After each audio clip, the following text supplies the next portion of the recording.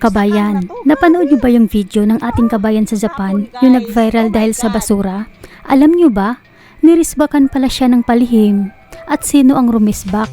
Alam niyo kung sino? Mismong yung senior citizen na lalaki na minura niya sa viral video, pero patago at napakalupit ng naging ganti ni tatay. Yung ugali ng hapon na ganito, na palihim pag rumesbak, ayoko. Alam niyo ba ang ginawa niya? Itinago lang naman niya ang basura ng ating kabayan para lagpasan at hindi makuha ng mga naghahakot. Hindi ko inaakala na basura ko yon. Hindi ko inaakala ang basura ko yon. Nung makalampas na ang garbage truck, tsaka niya ibinalik yung basura. Pero hindi na sa loob ng protective net kundi sa labas na. Dahil dito, pinagtulungan itong tuktukin at pag-agawan ng mga uwak at ibon kaya lalong nagkalat sa kalsada. Makikita nyo rito sa larawan na ipinost ng ating kabayan. Napilitan siyang iligpit ulit ang basurang ikinalat ng mga ibon at mga uwak. Ganito rin pala rumisbak ang ibang mga Hapon. At alam nyo ba, ito talaga ang isa sa mga kinakatakutan ng maraming OFW sa Japan. Yung ganitong palihim, tahimik at planadong ganti. Kaya binansagan silang parang mga ninja. Dahil sa kanilang tahimik na pagkilos, matinding pagtatago ng emosyon at haba ng pasensya bago bumawi. Ito ang totoong ikinatakot ng mga Pilipino doon. Pakinggan nyo ang paliwanag ng isa pa natin kabayan kung bakit nakakatakot ang ganitong kilos at kung bakit niya pinaalalahanan ang lahat na huwag makipag-away dahil hindi mahuhulaan kung ano ang kayang gawin ng isang Hapon kapag nagalit. Iba sila rumesbak, day, palihim, itazura. Talagang guguluhin nila ang utak mo hanggang sa ma-stress ka ng ma-stress. Gusto ko ang Japan, gusto ko ang pagiging disiplinado ng mga Hapon. Pero yung ugali ng Hapon na ganito, na palihim pag rumesbak, ayoko. Mai-stress ka talaga. Magkakaroon ka ng bilog-bilog sa ulo dahil sa sobrang stress. Kaya ito yung madalas na paalala ko sa mga kapwa ko Pilipino dito, na madaling makipag-away. Madaling ilabas mo yung pagiging Gabriela Silang ng Pilipina. Pero sa bansa na lang natin yan, ugaliin. At wag dito. Imbis na makipag-away kayo sa Hapon, ugaliin nyo yung hi! Sumimasen, gominasai. Kondo koso, kyotsukimasu. Kasi hindi talaga tayo sigurado o alam ang ugali ng bawat Hapon. Mahirap silang kilalanin. Matalas sila, day. Lalo-lalo na sa mga labanan na walang tunog.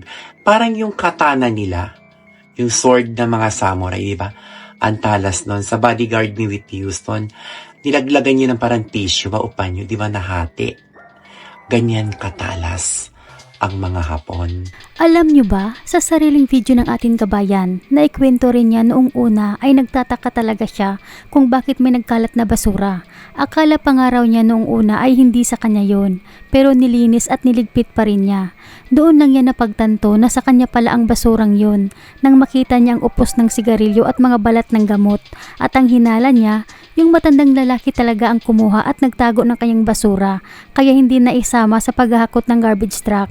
Ito, panoorin at pakinggan natin ang mismong kanyang paliwanag. Noong 14 ay tapunan. Hindi nadala yung basura ko kasi kinuha nung matanda. Maalamang tinago niya doon sa bahay niya. Tapos nung pagka 19, nakita ko yung basura nandoon nakalagay pa yun sa may parang box na ganun sa labasan, 'di ba? Yung parang kulungan ng mga basura nandoon sa pinakasulok at nakatakip. Kasi namalingki ako noon. Nung pagbalik ko, naka-roll na yung net, naka-roll na ang net. Ngayon, ang nangyari, ang basura nakalagay na doon sa labas. Nilabas siya. So, inano ng mga ng mga ibon ng uwak. Ang ginawa ko, siyempre, hindi ko inaakala na basura ko yon. Hindi ko inaakala ang basura ko yon. Sabi ko, tinawag ko yung kapitbahay ko na matanda. Mabait yung kapitbahay ko dito, yung katabi ko ng pinto. Sabi ko, parang may basura doon, nagkalat, kanino kaya yun? Tapos bumaba siya. Sabi niya, yung basura mo, nilagay mo naman yun ng maayos, diba? Kinuha naman yun. Sabi ko, oo, kinuha ko yun. Tapos habang nagwawali, sabi ko, parang may gamot. Parang gamot ko to, sabi nung matanda. Ay, wag mong isipin kasi hindi lang din naman ikaw ang umiinom ng gamot. Hindi ka naman nakakasiguro. Pero may upos ng sigarilyo kasi may pumunta dito na naninigarilyo yon. Tapos sabi ko, ito yung sigarilyo na. Sabi ko, baka nga talaga siguro sa akin to. Sabi kong ganon, pero nililigpit. Sabi nung matanda, di siyempre parang natulala ako noon. Sabi ko, bakit ganon? Hindi ko akalain na ganon yung matanda. Grabe siya, sabi kong ganon. Kinuha pa talaga niya yung basura ko. Hindi niya inisama doon sa magbabasurero. Sabi kong ganon. Kasi wala na yun eh. Kinuha na yun lahat eh. Wala na ako nakitang may basura doon. Tapos biglang na ganon. Sabi ko, malamang nilagay niya to sa sa bahay niya. Sabi niya, wala naman tayong ebidensya kasi hindi naman natin nakikita. Sabi ko, oo nga, wala nga tayong ebidensya.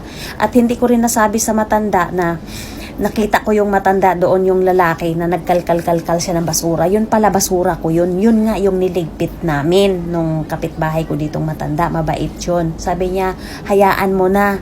May tao talagang hindi maganda ang ugali. Huwag mong isipin yun. Baka ikaw ay magkakasakit. Tapik siya ng tapik sa akin sa balikat ko. Sabi ko, pasensya ka na. Buti ka pa. Ang bait mo. Sabi kong ganon. Sabi niya, huwag mo nang intindihin yun. Kasi sabi ko, parang ang gara naman. Sabi ko pa naman, ang ganda palang tirahan dito, yung Danchi. Sabi kong ganon, kasi tahimik yun pala. Bakit ganon? Sabi niya, wag ka nang mag-isip ng mag-isip. Sabi nung kapitbahay ko.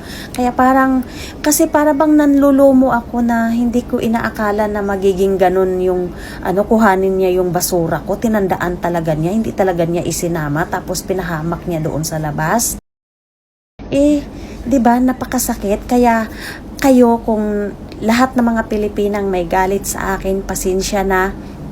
Sana maintindihan nyo ako at alam ko Ito, na panoorin at nagkakaisa pakinggan kayo natin ang mismong kanyang na ipa-deport paliwanag. ako. Wala namang problema doon kung ipa-deport nyo ako. Kung kalooban nyo yon, sige, go. Wala namang problema sa akin yan. Tatanggapin ko yan. Pero sana hindi ako nagiging masama doon.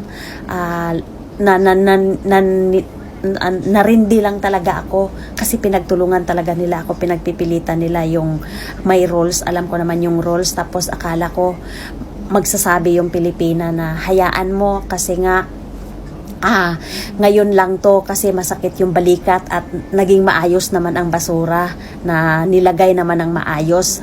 Hindi pinagtulungan talaga ako pati yung Pilipina, mali pa yung mga kwento niya sa video niya. Ang mali talaga ng kwento niya. Hindi niya sinasabi yun na nakiusap ako na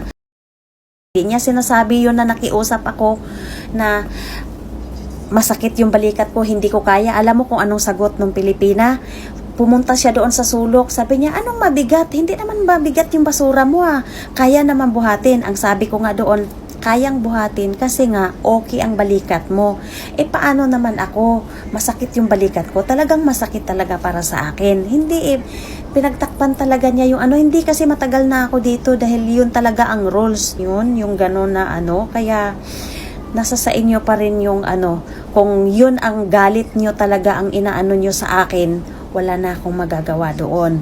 At ako ay nagpapagamot din ako dahil sobrang stress ko din, talagang lalong lumala talaga doon sa basura na sinisigaw-sigawan talaga ako. Sobra talaga. Pasensya na din ulitin ko, pasensya na sa lahat ng mga nangyayari. Naintindihan ko kung bakit kayo nagalit talaga doon sa video ko kasi nakakagalit nga naman talaga nang dahil lang doon sa post ko na yon.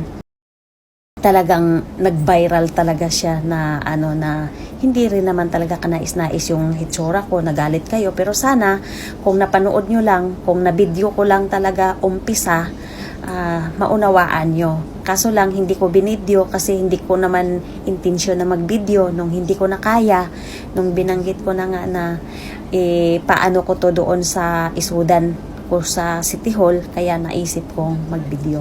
Kaya salamat. Ngayon ay narinig na natin ang panig ni Kabayan. Ano ang masasabi niyo tungkol dito? At ano naman ang pananaw niyo sa ginawang resback ng Hapon? Tama ba ang naging ganti ng senior citizen o pinalala lang niya ang sitwasyon? I-komento niyo ang inyong mga saloobin at pananaw sa ibaba.